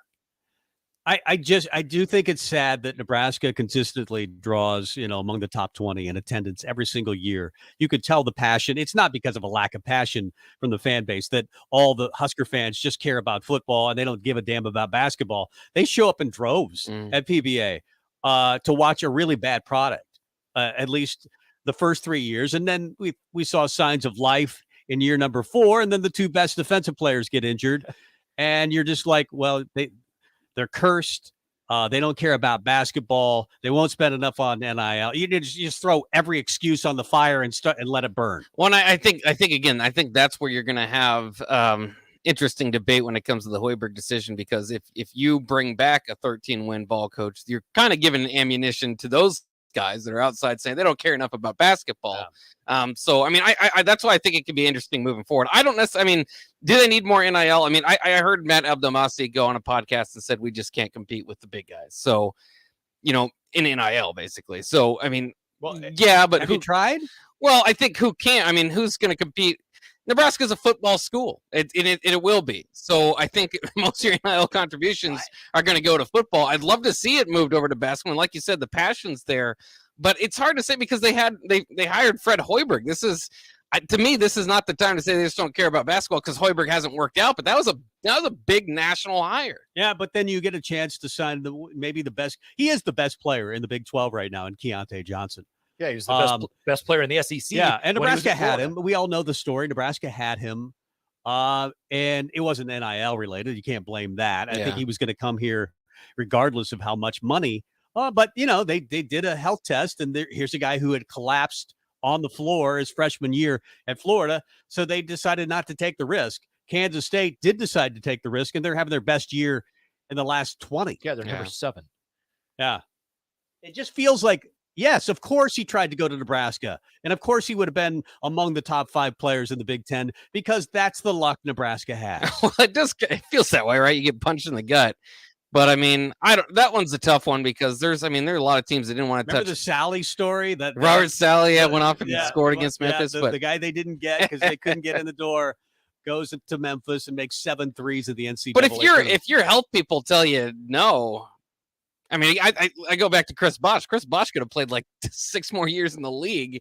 And most people are just saying, I just don't think it's worth the risk. So, I mean, right now the story is great, and God willing, it will always be great. But if you're, I mean, I don't know. That's a really hard one to walk down. Like if I'm just told, I just don't know if that's worth the risk, and I probably have to take their word for it, I guess. But the interesting thing about Chattel's article as well, it's the Husker Hoops postgame show. Nebraska wins 72-63 over Penn State today. And the Hoops postgame show here on 93.7 The Ticket, brought to you by Action Plumbing, right, Bach? Yeah, and Wall to Wall Wine and Spirits. Wall to Wall Wine and Spirits.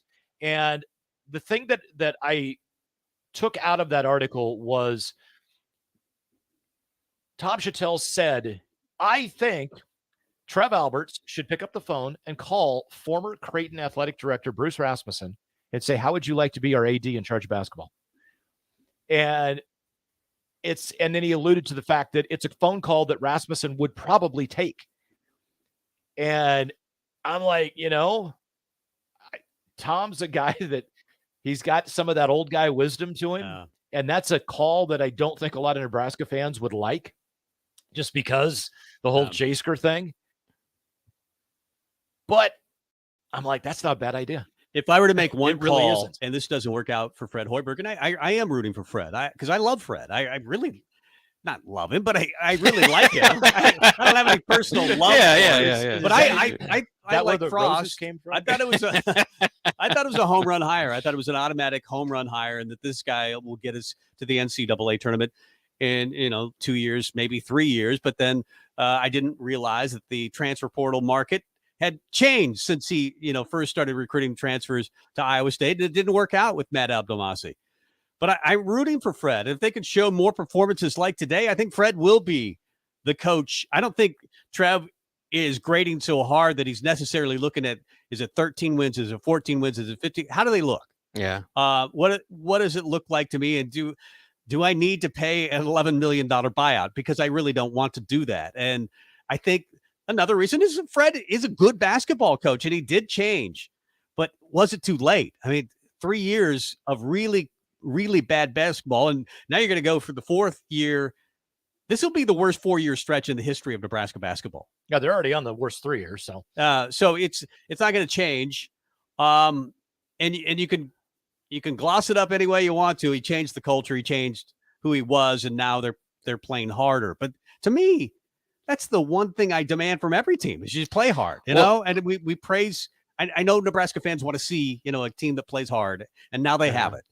But I don't know if that's enough all the time. I want to steal Bach's line, and you can ask us, do you believe Fred Hoiberg can have success at Nebraska starting next year, or do you hope he can have success at Nebraska starting next year? That was your question a couple of weeks ago. And I, at the time, said, I believe he can. And even after Illinois, when I saw the way they played that opening 30 minutes or so of that game, I'm like, I believe he can. Then I watched the last 10 minutes, especially the last 3 or 4 where they fell apart when Walker's out of the game. And I'm like, I hope I believe he can. Right. But today, again, I'm back. I'm like, no, I do. I believe he can, because, Tom, you alluded to the fact he changed the culture. So what? Well, he's also now completely reinvented his team 20 games into the season, missing 2 of his 3 best players. I get there are reasons to bring him back. So like I said, I'm a guy that's going to say bring him back. I've seen on the text line, I've had some text personally from people that listen to me talk about it that think I'm smoking crack. And I'm like, I'm sorry. I just believe that the guy can do it. I do. Don't. Yeah. Well, they did it today. They win over Penn State 72-63. This is the Hoops post-game show with Jake Bachhoven, Mike Melby, myself, brought to you by Action Plumbing, along with Wall to Wall Wine and Spirits as well. Nebraska improves to 11-13 overall. But you guys agree with me. It's not necessarily really about the number at this point with Hoiberg, right? I think that Albert's one way or another. Has he made up his mind either, or does he need to see more? I think you let it play out. I always like the athletic directors that say, let me see till the end of the season. You hope, if they're obviously thinking that there might be a choice that has to be made. Hopefully, you're kind of rubbing elbows with people that could tell you how much interest you have in the job, and I think that's an interesting part of it too. As we always kind of think, what would Nebraska be able to get next? But yeah, I mean, no doubt. I think more than anything, it's not necessarily about wins, but to the point of not losing games by double digits, and they were doing that quite a bit. There's a few games left. If they can keep it competitive and look good, then I think that you might want to keep them. But again, I just think you have ammunition on both sides. You're you kind of ask, what do you want out of your basketball program? Was this truly a year to see if Fred can turn it around with this? Because I get the idea of changing the culture and winning a different way. I think that can be good, but it also it goes away from what he did at Ames, right? Like, so his true success as a college basketball coach, you're not doing that plan anymore. So it's kind of strange. So that might not be completely on his side, but I guess to me it's how much did you truly believe in it? How much did you want to see from the team? This far into the season, you certainly got to let it play out. But to me, I wouldn't be completely decided one way or the other. I think there's a lot left to be seen. And maybe that's just because I like drama. We're watching Northwestern in Wisconsin right now. It's halftime. I think it's 26-23 or something like that. Northwestern over Wisco at Wisco. But Northwestern and Penn State are two teams that are playing currently the way we all expected Fred Hoiberg's teams to play. They launch a lot of threes. Yeah. They make a lot of threes. They get up and down the floor. They don't necessarily play great defense. They don't necessarily box out and rebound well. They have deficiencies that make you think, I don't know if that's going to work. And this is really kind of insulting to both those programs, but if Northwestern and Penn State can play like that, why can't Nebraska? Yeah. Well, and again, that's part of the argument too. It's like, there's no just wait till he gets his players or just wait till he gets NBA caliber players. He did that, and it didn't work out. So it really is about this team and the strides that they've made moving forward and the foundation that they've set. Is that enough for you to believe that it's going to take off? Or at Nebraska, let's be honest, it doesn't have to take off. I mean, that's why we're having this discussion here. The team's 11-13. All we ask for, like you said, is a little bit of effort and be competitive. And I think truly at the end of the day, Nebraska fans deserve more, but I do think it's going to be hard for Nebraska as much as they put into it, and we could talk about maybe throwing a lot more money out on it or whatever. How are they going to get a name bigger than Hoiberg? It's kind of. I mean, maybe it's time to go back to that. Why do we need a big name? Because that's all we said. Well, right. Why we need a big name? But Nebraska basketball feels like they need something. Otherwise, they're just in the background like they always are. A name that I would definitely consider, that already has been here, that's having big success. He had success at Utah State, and now at Utah, Craig Smith. Yeah. I think he gets kind of the same thing as Miles had. He understands what Nebraska is about, because that's the kind of job that he had always had. And now, the Pac-12, what's going to happen to the Pac-12 in future years? He might see just, getting into the Big Ten as a move. Because right now, let's face it, Utah's a better basketball job than Nebraska. It's hard to find one that isn't a better basketball job than Nebraska. But that guy's, he's really personable. He gets it. He wins everywhere he goes. I would consider Craig Smith. And by the way, Tim Miles is having another good year. Yeah. I mean, not another good year, because last year was disastrous. He took maybe the worst job in college basketball. Well, I was going to say, turn it around. They prior to this year, including the first game of the conference in the history of San Jose State basketball, they had never been above 500 in conference, in the Mountain West Conference, ever. Yeah. That's bad. I remember watching a game last year where they were on, and it looked like an outdoor ball that had been used for like 3 years in somebody's garage, and they were just kind of talking about it because they were highlighting the ball, and they're like, yeah, the facility, they don't have enough money to go out and get some. I was like, I'll go buy you guys a ball. I know it'd be like $40 out of my wallet or whatever, but I can go get you guys a decent ball to play with. Come on, Tim. You're still making like 2.3 from Nebraska for another year. Right. Are we going to continue with hoops? Are we done? I don't, Baca, it's normally your show. We had Lance Harvell on our first segment up until about 5:20. We've been going for about an hour with the Hoops postgame show. I know that's what you and Strick normally do. Up to you. We can certainly talk more about turntable this thing all over the place. We could adjust. All right, you guys are good at adjustments.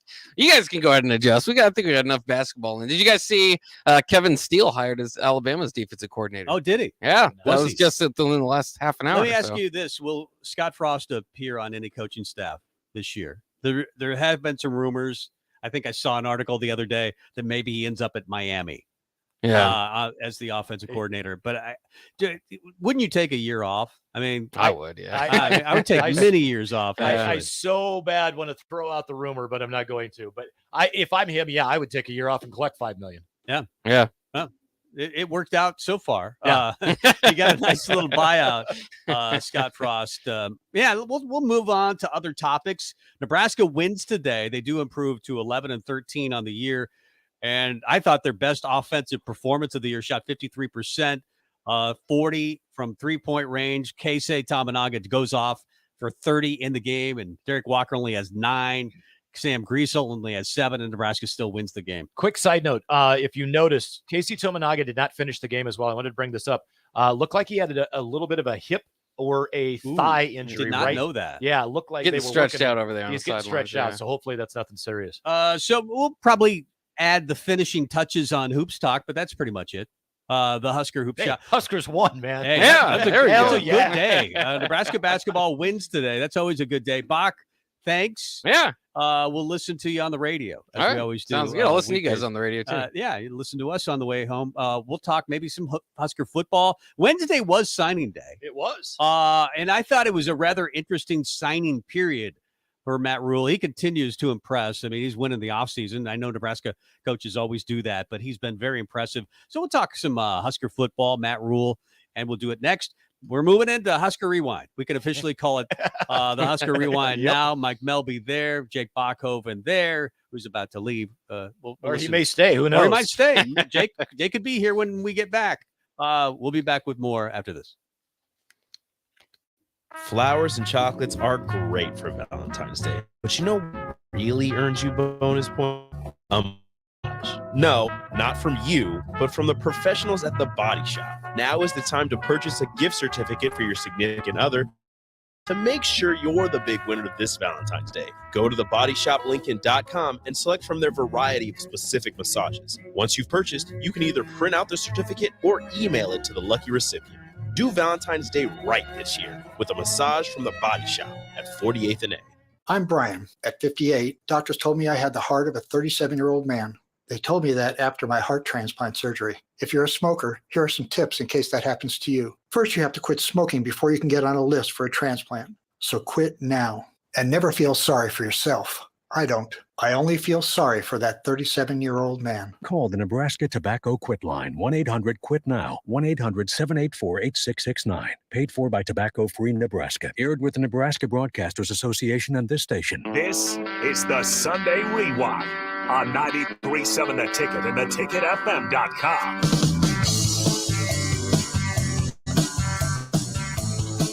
Welcome back to the Husker Rewind. That right there is Mr. Tom Stevens. Hello. I'm Mike Melby, and you're listening to 93.7 The Ticket and theticketfm.com. A couple of texts off the Sutter Heyman text line. Tom, absolutely great to be in the same room as you last night and hear your story. Absolutely love the show. That's from Aaron off of the Sutter Heyman text line. And he's referring, by the way, to the Heart Ball, and I was there. DP was the MC. And Ava, sorry, her last name escaped me, but they were great together. Of course, she's big with the Omaha World Herald and basically runs the joint along with the Lincoln Journal-Star, since they're basically one company. They hit it out of the park, but I was there at the American Heart Ball last night downtown, and it was a lot of fun. I did tell my story. If you don't know my heart story, I had a heart attack preparing for this show with John Gaskins in 2015. I showed up like any other day. Our show it went from 11 to 2. It was probably 10 as I was preparing for the show, and I didn't feel well. DP told his heart story last night as well, but I told mine.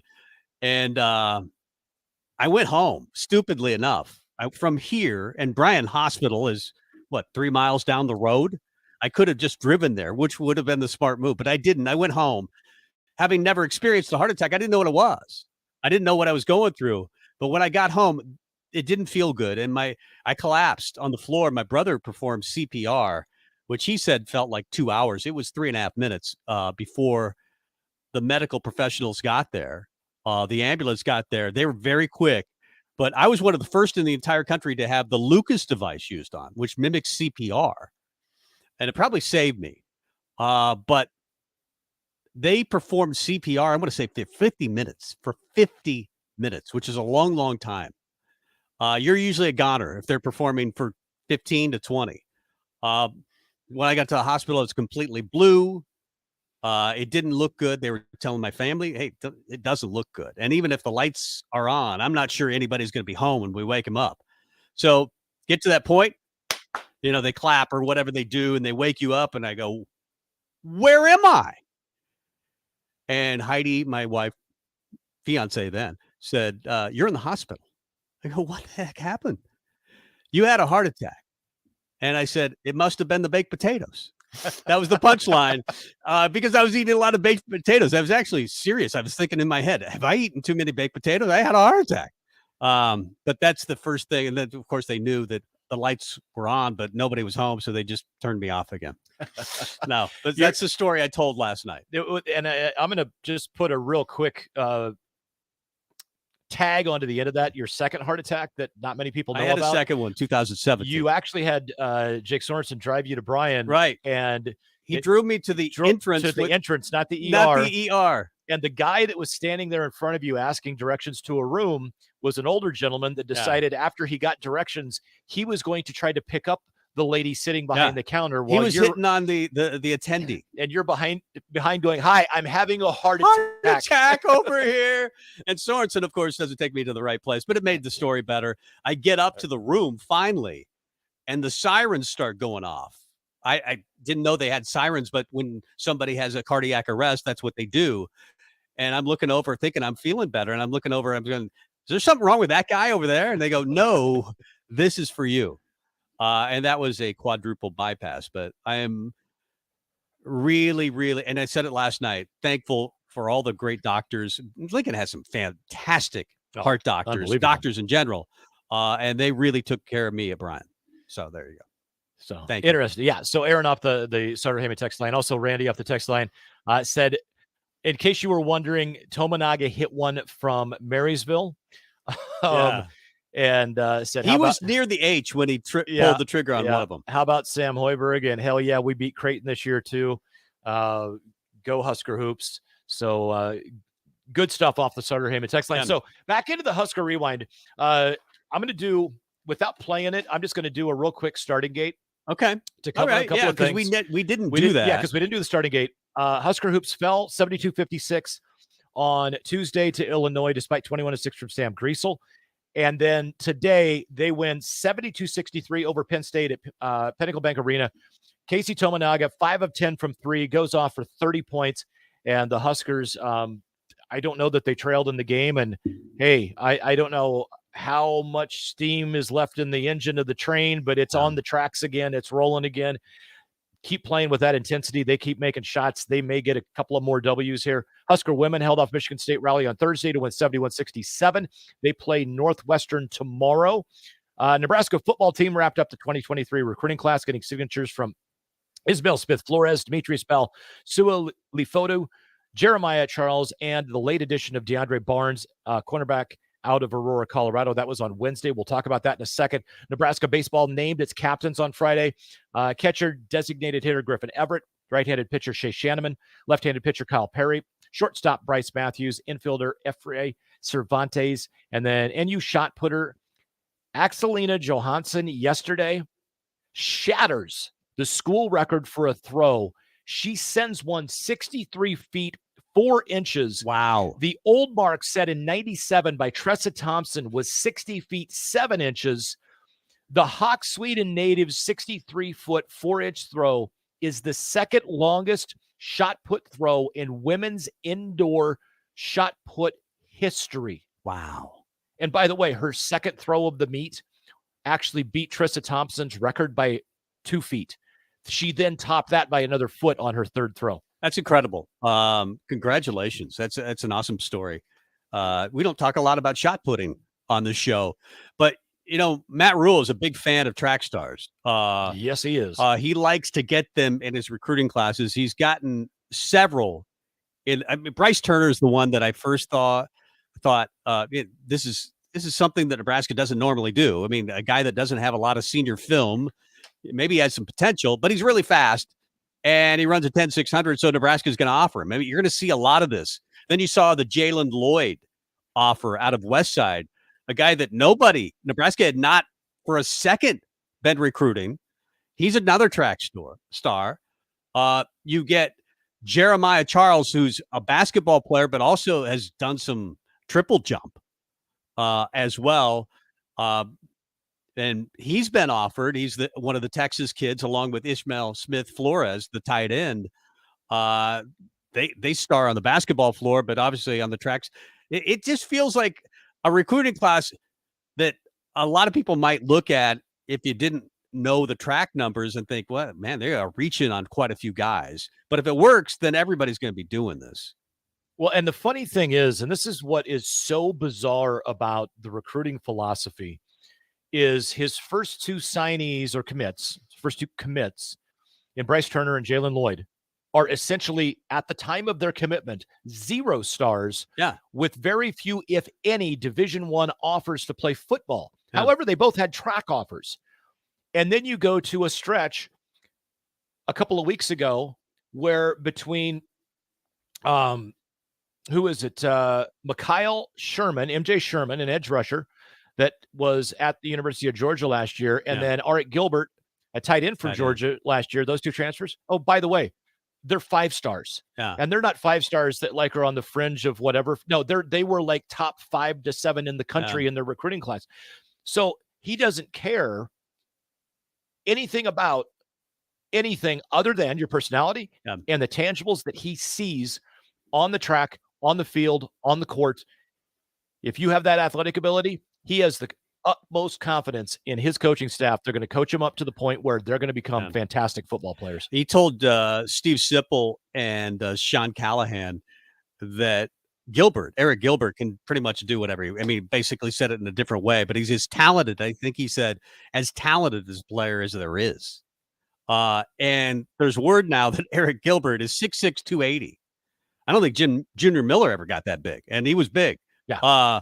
Talking about Nebraska tight ends, great tight ends. I think they got another one in Ishmael Smith Flores, who's maybe a little more of a project, just because Gilbert was I think a top 10 player coming out of high school his senior year, number 1 tight end and number 5 overall. Yeah, okay, and then he goes to LSU and he's all SEC, transfers from LSU to Georgia, and now has ended up at Nebraska, maybe because of a few things going on in his personal life. I think he's trying to figure it out, as a lot of 18, 19, 20-year-old kids are. But it feels like Rule just has a plan. Like, I see you. I know what you're going through. We have a plan for that. We're going to get you on the field. I think one of the statements is, I'm least concerned about the football part. That guy's got football ability. We just got to figure out the other stuff in his life. Oh, and by the way, another part of, I believe, Matt Rule's plan as far as the tight ends go is this little-known kid out of Council Bluffs named Thomas Fedoni, who was, by the way, the number 1 tight end recruit in his class in the nation back in 2021. If they can get him healthy, Fedoni and Gilbert, and you could not just play him at traditional tight end spots. You can spread both those guys out. H-back, fullback. Yeah, move them all over the field. Slot, yeah. That could be fun. I think for me, and we could shift into this a little bit. Wednesday signing day, they signed a bunch of track stars. We'll see how that works.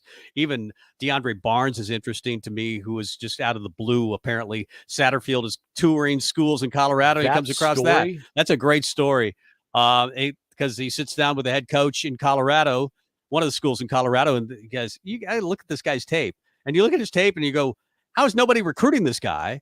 Well, it's because nobody evaluates senior film, and he hadn't blown up until his senior year. So you're going to see Nebraska take some chances on those guys. But spring ball is going to be so interesting to me when you evaluate the quarterbacks.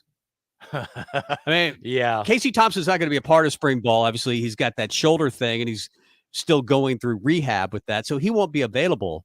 You'd like to think it's between Casey and Jeff Sims, but I think Rule likes that room in general. Well, I think it is too. Let me ask you this about Logan Smothers, who's also not going to participate in spring ball because of shoulder surgery. Logan Smothers is a guy that has said, I don't care. I committed to the University of Nebraska. I'm playing here my entire college career. And he's stuck with that. And he's a guy that's now behind a couple other people. And Chubba Purdy is in front of him as well from what we saw last season. Yeah. Do you think, especially with the fact that they have 17 guys on scholarship in that wide receiver room right now, do you ask Logan Smothers to move to wide receiver? Because I think a lot of, quite honestly, I think this spring is going to be a wild spring. It is. I think there's a lot of guys. Nebraska has 103 guys on scholarship. Yep. By fall, they need to get down to 85. Now, there is this rule where I guess some guys, I was hearing Sean and Steve Sipple, I hope I'm not misquoting, but I think you can take a retirement from football and still maintain your scholarship. And I don't think that counts against the 85 rule. Yep. So I think some guys might go through spring and just retire. Other guys might hit the portal. Other guys might just decide that I'm done with football.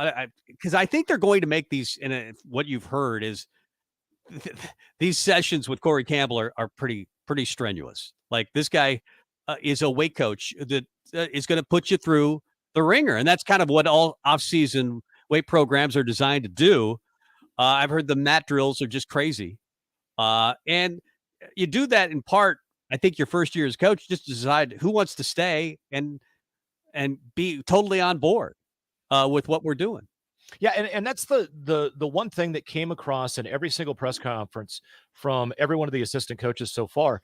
And they simply parrot Matt Rule from the standpoint, and it's two words. And they flip them around and put an ing on the end of one of them, but hard work.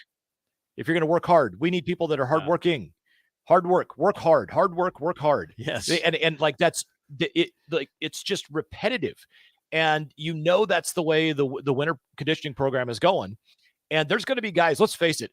I will tell you right now, there are guys that are in that weight room that are going through these these winter conditioning drills that are getting a shock, and there are probably a pretty good group of them that love it. They're like, let's go. I'm ready. I want to do this. And there are guys as well that are probably right on the other side of the fence. And they're like, this is crazy. There is no need. You know what? I'm good. Yeah. And that's gonna take care of some things from the numbers standpoint, I think, probably at the end of spring ball, because that's the next time the portal opens up. Yeah. But you also may see guys like Potts was the one lineman. I can't remember his first name, that Matt Rule had just thrown out randomly. Right. And he goes, I'm seeing this guy, and I'm like, why couldn't I have someone like him? Yeah, he was talking about a walk-on offensive lineman. And this may be a guy that winds up in a 2-deep next year. I'd never heard the name. I know I'm not in on every little thing that goes on with Nebraska football, but I got pretty good now. Right. I've never heard the name before. Yeah. And he's like, this is a guy that I would have absolutely loved to have in my other programs. Well, I've heard stories. I mean, you're seeing it. You don't have to hear the stories. We're hearing the stories on a daily basis from the assistants, from the head coach. And the thing that has impressed me so far is you don't hear him say a lot of dumb things. I mean, everything that, I mean, you talk long enough on this show every week, I say something that's really stupid. All right, there with you. And he doesn't get caught in traps. Like, he has a very consistent message. There's no doubt who runs the show, who is the captain of the ship.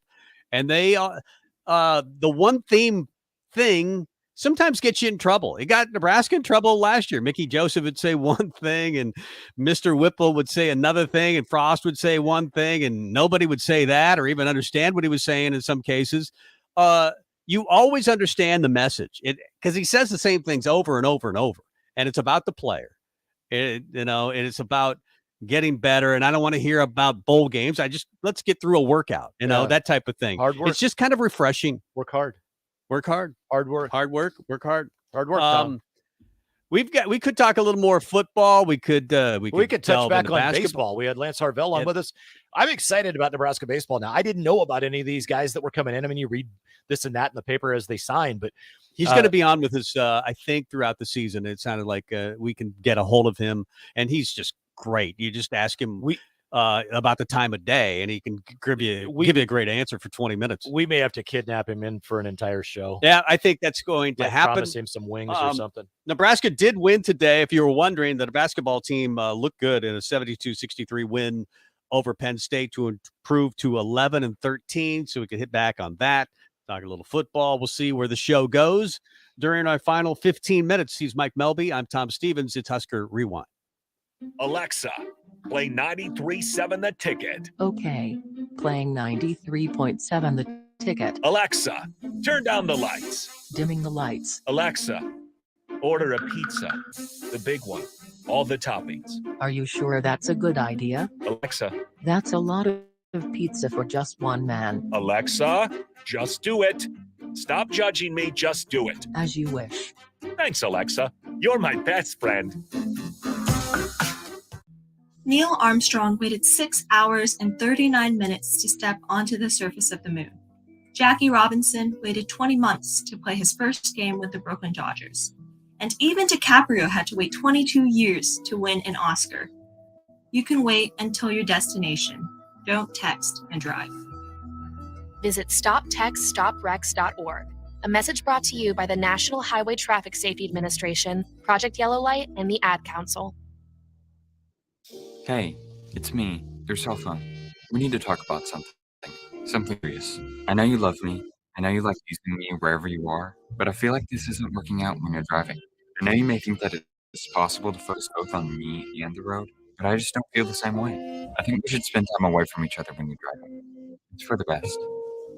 Visit StopTextStopWrecks.org. A message brought to you by the National Highway Traffic Safety Administration, Project Yellow Light, and the Ad Council. We all make choices about alcohol. Kids make choices whether to drink or not. Bye, Dad. Remember, I'm going to Alex's party tonight and sleeping over. Hey, remind me about that party again. And adults make choices whether to talk about it. That's true of parents and every other trusted adult in a kid's life. Kids want to know our expectations, and they want honest answers in everyday conversations.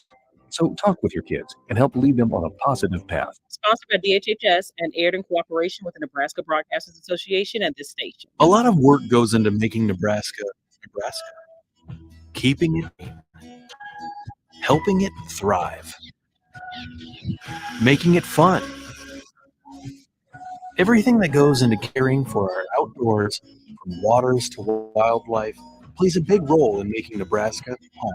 Learn how we help conserve our state's natural resources at outdoornebraska.org.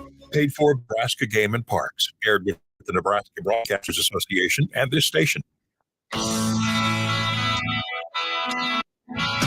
More of the Sunday Rewind is coming your way next. 60% of the time, it works.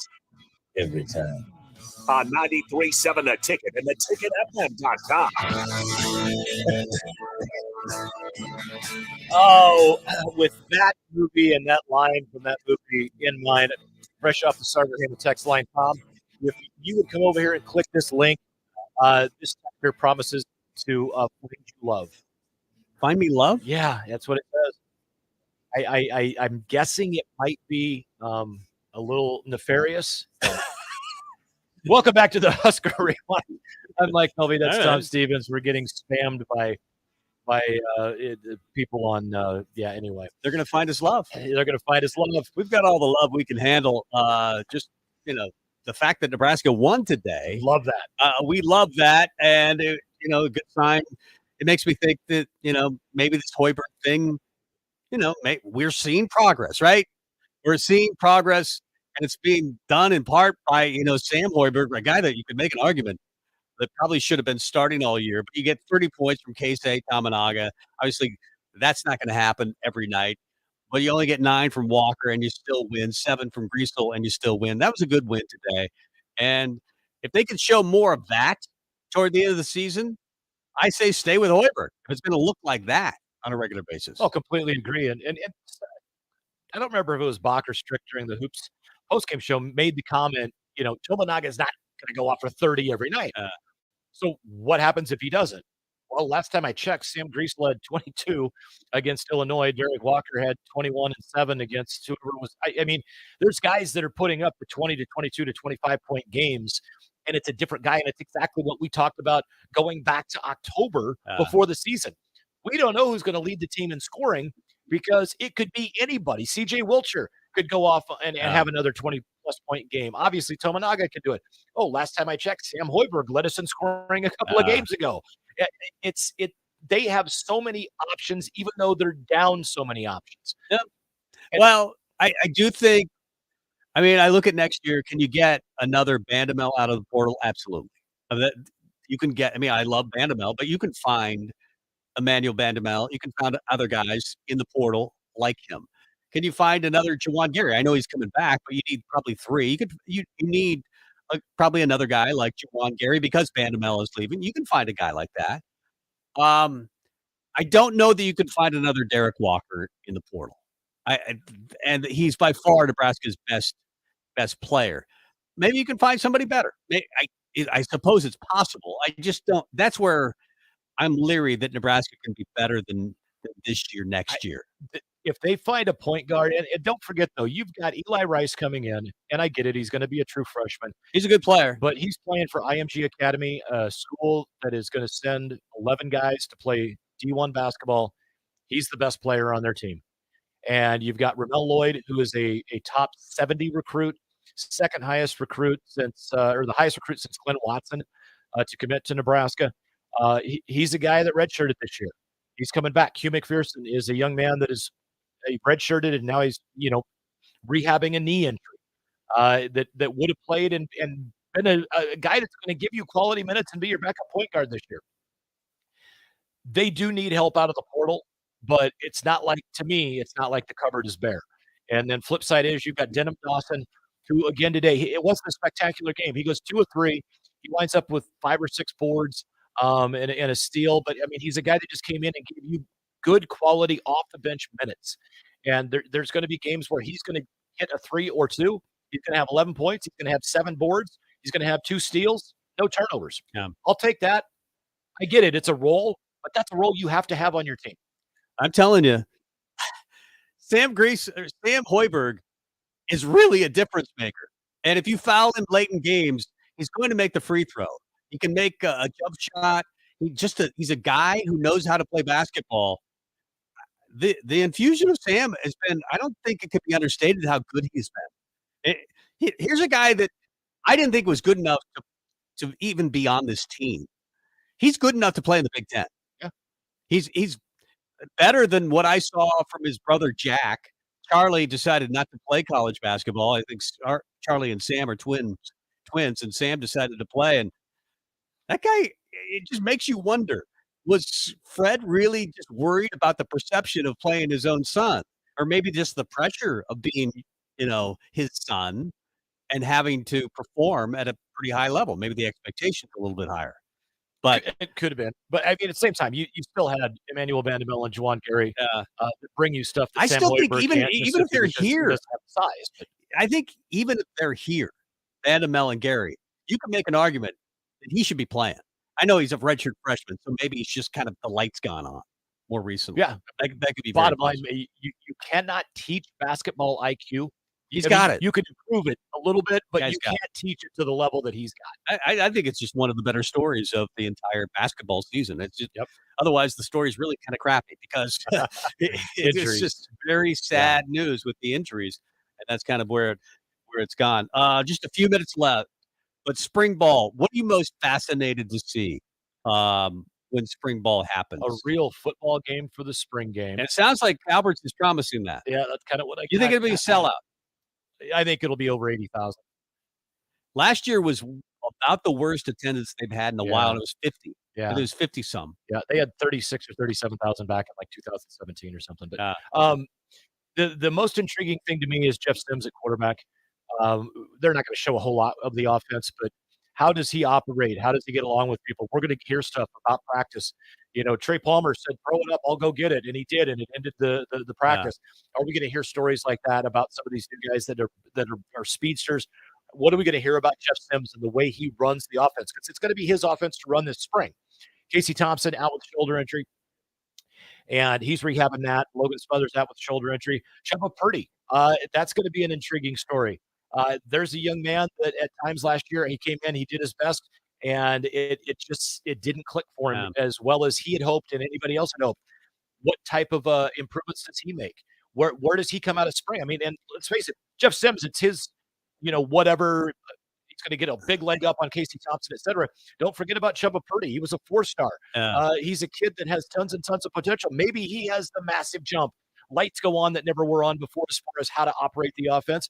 And he has that quarterback position is going to be great in the spring. Casey's obviously not going to be there in the spring, but I wouldn't count him out in the fall camp of winning that job. I mean, he's a competitor, and I understand he stays in part because he gets a good NIL deal, as they did. I think, but he and Sims, are going to get paid for sure. But I don't think it's just that, and maybe it will happen that there's he'll see what he's up against in Jeff Sims. I'm sure he wants to see what his rival can do. Look at spring ball, and even though he can't go through the reps, he can go through the mental reps, and a lot of it, as Matt Rule has already pointed out, for all the quarterbacks, for everybody on the team, is going to be just learning what they're going to do. So you really have to do more mental reps than anything right now. The physical reps are certainly going to help Sims over Casey, but I just wouldn't count him out. I think he's got kind of an it quality at quarterback, and I questioned whether he had that last year, but he made some throws. Well, I was going to say I did a little bit too at the beginning of the season. As the season wore on, it was pretty obvious that he had a capability that we weren't sure if he had, and he sure as hell did. So, once fall camp opens up, man, talk about storylines. Getting the roster down to 85, quarterback competition. I'm kind of excited to see how much speed that they will have. I mean, I know a lot of these guys are freshmen and they won't make an impact early because they haven't had a lot of football experience. In some cases, they're really speedy guys, but he's really putting an emphasis on it. Just a guy like Joshua Fleeks or, Malachi Coleman intrigue me. I think that I can't wait for spring. And I think spring is going to be here early, despite what the Groundhog said. Yeah, he was drinking the night before. He's all messed up. He's a drunk. He's always been that way. We're leaving. I won't be here next week for Super Bowl week, but you'll be here. Yeah, we're going to have a little party, 1 to 3, kind of a Super Bowl pregame party. All right. I won't be here. Mike will. But until then, we will see you later. Bye-bye. See you. A new year means new goals and upgrading, but that doesn't only apply to health and fitness. Mullen Motors can get you into a new vehicle right now and get your 2023 started off the right way. They cleared off their 2022 inventory and have tons of new vehicles to choose from to make sure you get to where you need to be this year. Out with the old and in with the new. Stop by Mullen Motors today, just north of 48th and Lake. No taglines, just quality vehicles. Mullen